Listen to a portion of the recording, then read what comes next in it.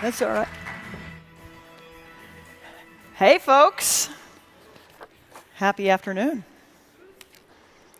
So last week, I was with one of my colleagues at 18F doing a retro. We had just wrapped up a project, and we're trying to see what went well and what could have been better. And she sort of sheepishly said to me, "Robin, you're impatient. That can be hard." And I let out a huge laugh and said, "Guess what? You're not the first person to ever say that to me." But she went on to say something else when I thought was actually kind of interesting. She said, "But maybe that impatience is one of your superpowers, because you like to get stuff done." And I will tell you, when it comes to civic tech and making government work better for real people, absolutely, I want to get stuff done, and I want to get it done now. And that's what I want to talk about a little bit today, is how we can start getting it done now. I suspect, many of you have been to CFA before. Was anybody here in 2013? Any hands? Does anybody remember what happened just a couple of weeks before the CFA conference then? Huh? Healthcare.gov. The rollout of healthcare.gov, that famous website, healthcare.gov, that was 2 weeks before the CFA conference. That was just 3 years ago. And it's so interesting to me that, we'd spent years building and designing and procuring government IT the wrong way, right? But that one big public thing sort of galvanized everyone's attention about how we really need to do this better. And boy, oh boy, have things changed in 3 years. Think about it. We've had digital teams stand up in Washington with USDS and 18F and others. These have been stood up around the country, and there's all kinds of energy around this. We know that CFA continues to grow, both the brigades around the country and the work that they're doing, but also sort of infusing new companies into this ecosystem that makes a huge amount of difference. And it was just 1 year ago at this conference, Jen mentioned it yesterday, that Jen and 18F and the folks in California decided to do something differently right here in this state for the kids of California when it came to procuring this important IT system that would track them and help them and prevent them from being in harm's way. I spent 8 years as Secretary of State in Missouri, that's all true, and there was nothing that I did while I was in office that caused me to lose more sleep than the rollout of some technology platform. It's for sure true. All I knew was how much risk there was in this. And yesterday, when Tom Loosemore from the UK mentioned, in order to have a successful project in digital transformation, you need to find the right politician, I would submit to you that to be a successful politician today, you need to find the right technology. Because everybody knows now that they're not just judged by how quickly the snow gets plowed, they're going to be judged by whether the damn website works, right? And so all this talk of user-centered design and their fancy language, guess what? Politicians get this. Users are voters. Talk to them in those terms, and they will be more on board more quickly. Now, so I'm at 18F at the moment. It's become my passion project to try to do state and local government IT projects better. That's how I found 18F, and it's a terrific group. Do most folks here know about 18F, or do I need to talk about that? Raise hands. Okay, all right. So most folks know, but just real briefly, we're a team of technologists inside the federal government that help build, design, procure IT systems better so that you can have better service for people, get it quicker, get it cheaper, and have it be, as much as possible, open source. So we focus on the same things y'all have been talking about all week: human-centered design, modular procurement, agile development, and open source tools. And in 2 years, we've done hundreds of projects. I just recently started to stand up the state and local program, and I will tell you, we have not been resting. In 6 months, we've been working with 16 state agencies in one city.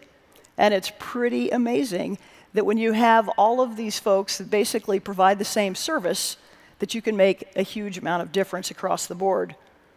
Now, I want to get another quick show of hands here. How many people work for an organization that either has at the top of the organization somebody who was elected or somebody who was appointed by someone elected? Okay, quite a few. So I want to have kind of a heart-to-heart with y'all. about how you talk to these people. Now, everybody in this room gets it, right? You get the transformational nature of technology. My guess is that elected boss of yours maybe doesn't get it. Or maybe sort of vaguely gets it, but gets that it's more risky than it is valuable. Because we all know that 94% of the time, these IT projects that are over $10 million fail, right? 94%. People know that. And that they're the goat on the front page of the newspaper if it goes wrong. That's what they get. So what I want to talk about just for a couple of minutes is like some strategies for helping them get it and ensure that they want to have the technologist and the talent of the technologist at the table from the beginning. The first thing I'd encourage you to think about is, number one, what is it they care about? Seems obvious. They're going to care about voters, what voters care about, but understand fundamentally what your elected official cares about. The second obvious thing to me is use your budget constraint. This is a biggie. Use that tight budget that you're dealing with to your benefit. What does that mean? That means you're going to be encouraged to use open source tools, right? Because they're free, they're reusable. They can be stood up, they can be helped with other people in the community. So use those open source tools, and there are tons of them out there. And I just want to touch on 5 specific ones. There are tons, but I want to touch on 5. Yasha and his team from Boston have just stood up in case anybody needs a new website. Yeah, have you seen this? It's unbelievable. Boston.gov, it's all open source. It's on Drupal, it's on GitHub. If you need a new website, go take that. That's why they did it. Your boss will be happy. So that's number one. Number two, if they want to talk about innovative procurement, there's a ton of stuff that 18F has done. One's called Calc. It can help you figure out if you're paying the right amount for products and services in your city. It's free. Go download that thing. The next thing is about a vendor pool that we've stood up and has been forked in GitHub by California and the state of Mississippi and others. It is free. You can do it. You can use this and do it yourself. If you're interested in how money's spent, USA.spending.gov and other states have stood up spending things that are like state checkbooks, city checkbooks. You can fork those things and stand them up. If you don't know where to start, here's the place to start. It's called analytics.usa.gov. 12 cities, states, universities, and even a country have forked this thing in the last couple of months that basically lets you see where users are on your website. It's an awesome tool because it's user research right in front of you in real time, and it lets you know where you should start to solve problems for people.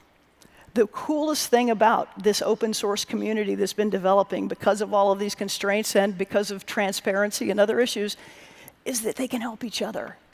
And just a couple of weeks ago, we had an example of this where the county of LA was using this website, analytics.usa.gov. They had a problem, and in 3 hours, folks from Santa Monica, who had already stood up the website, solved their problem for them. It's amazing. That's what these open source tools can do, and we can help each other and think about the cost savings that this will bring to taxpayers and the better service to the public. So I just got to say, it is thrilling for me to be here. My challenge that I want to leave you with, because I'm going to be impatient when I come back here next year too, I hope you are as well, is that if everybody in this room that has a project that they're going to be doing between now and next year could pick just one and do it open source. Reuse something. Bring that story and that tool back to this room next year. And the sharing and the cost savings and the better delivery that we bring for taxpayers will tell more stories than we ever could have dreamed. So thank you all very much, and go after it.